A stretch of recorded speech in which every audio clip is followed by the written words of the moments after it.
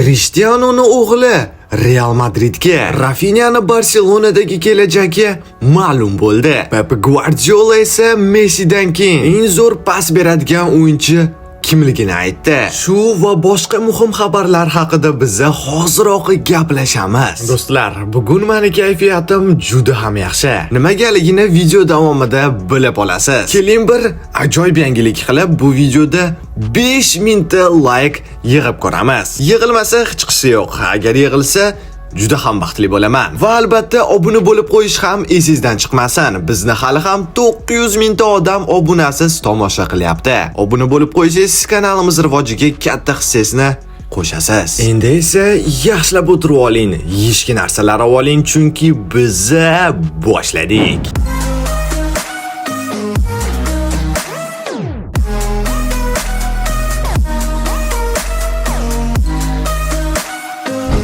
Crystal Palace tarixida birinchi marta yaqinda sovrin yutib oldi. Newcastle ham adashmasam 80 yil o'tgach va nihoyat sovrinni mazasini tatib ko'rdi. Italiyada esa Bologna, Bundesligada esa va nihoyat Harry Kane ham chempion bo'ldi. Nimaga men buni aytayapman bilasizlarmi? Chunki va nihoyat Tottenham ham do'stlar chempion bo'ldi. Men yoshligimdan beri bu jamoaga muxlislik qilaman. Sabr tilaganlarga rahmat. 17 yildan beri bitta ham sovrin yutmasdan, Chempionlar Ligasi finallarida ham yutqizib, endi Yevropa Ligasini yutish bu juda ham ajoyib tuyg'u. Bu ham kamlik qiladigan bo'lsa, biz Chempionlar Ligasiga ham chiqdik. Tasavvur qila olasizmi? Premier Ligada 18-o'rinni egallagan jamoa Championshipga tushib ketadi.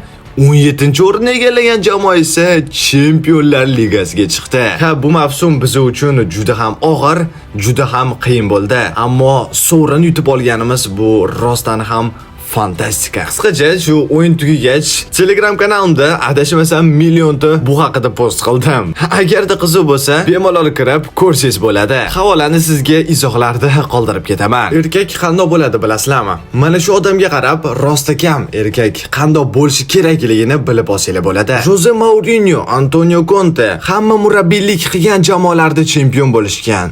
Tottenhamdan tashqari Angelos Postecoglou esa Celtic'dan kelib, birinchi mavsumni o'zida Tottenhamni chiroyli qilib yasab, Chempionlar Ligasiga chiqish uchun atigini 1 ochko yetmagan. Ammo ikkinchi mavsumida esa intervyuda "Men hamma jamoamda ikkinchi yil sovrin yutaman" degan. Shundan keyin butun futbol dunyosi uni ustidan kulgan va mavsum davomida esa unga shu so'zlarni eslatishgan. Chunki Tottenham deyarli hamma turnirlardan chiqib ketdi. Premier Ligada esa 17-o'ringa tushib ketdi. Ammo u baribir gapiga javob berdi. O'zi Tottenhamga murabbiylik qilishdan boshqa murabbiylar qochsa, Postecoglou kelib, bunaqa bosimdan qo'rqmasdan jamoaga 17 yilda birinchi sovrinini olib berdi. Bu futbol ko'rmaydigan odamlarga aytsangiz hech qachon ishonmaydi-da, boru. Gollywood filmlaridan ham o'tib ketgan fantastika. Qisqacha do'stlar, agarda Son Hyun Min uchun xursand bo'lsangiz,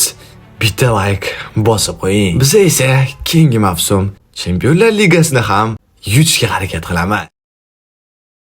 Cristiano Junior, Cristiano Ronaldoning birinchi o'g'li Real Madridga o'tib ketishi mumkin. Yaqinda bu haqida kichik video qilgan edik. Ammo u yerda unga Manchester United va Tottenham jamoalari qiziqish bildirayotganligini aytgan edik. Ammo endi shaxsan Madridning prezidenti Florentino Perez Cristianoning o'g'lini o'z jamoasiga olib kelmoqchi. Albatta u darhol asosiy jamoa bilan o'ynamaydi, ammo akademiyasiga qo'shilib, eng yuqori darajada mashg'ulotlar qilib, bir kun Real Madrid safida maydonga tushadi. Rostdan ham ajoyib ertakka o'xshaydi. Ammo men to'g'risini aytaman, uni birinchi bo'lib Tottenhamda ko'rishni istardim. Undan keyin esa bemalol Bale va Modricga o'xshab Real Madridga sotorsa ham bo'ladi. Rafinha Barselonada qoladi. Yodganda 2028-yilgacha. Ha, to'g'ri tushunganingizdek, jamoa u bilan shartnomani uzaytirdi. Barselona muxlislarini tabriklayman, chunki u hozirda oltin to'pga bosh da'vogarlardan biri. Tasavvur qilish ham qiyin. O'tgan yili jamoa qo'ldan kelgancha uni Saudiyaga sotib olmoqchi edi, ammo hozir u eng muhim o'yinchilardan biri. Ham hayot shunaqa tez o'zgaruvchi bo'lishi mumkin. Lamine Yamal esa hali ham jamoa bilan shartnomani uzaytirmadi. Gap shundaki, uning agenti jamoadan kafolat so'ramoqda. Ya'ni Barselona hozirda Laminni jamoaning eng ko'p maosh oladigan o'yinchisi qilmoqchi. Ammo uni agenti Barselona va'da qilgan pullarni to'la oladimi deb qo'rqayotgan ekan. PSG allaqachon bu holatga ko'zini tashlab qo'ygan va agarda ular kelishuvga erisha olmasa, yozda ispaniyalik erkin agent bo'lib qolishi mumkin. Va aynan shu holatda PSG unga xohlagan pulini berishga tayyor bo'lib turibdi. Lekin Barselona bu holatda xotirjam va ular o'yinchini tug'ilgan kunigacha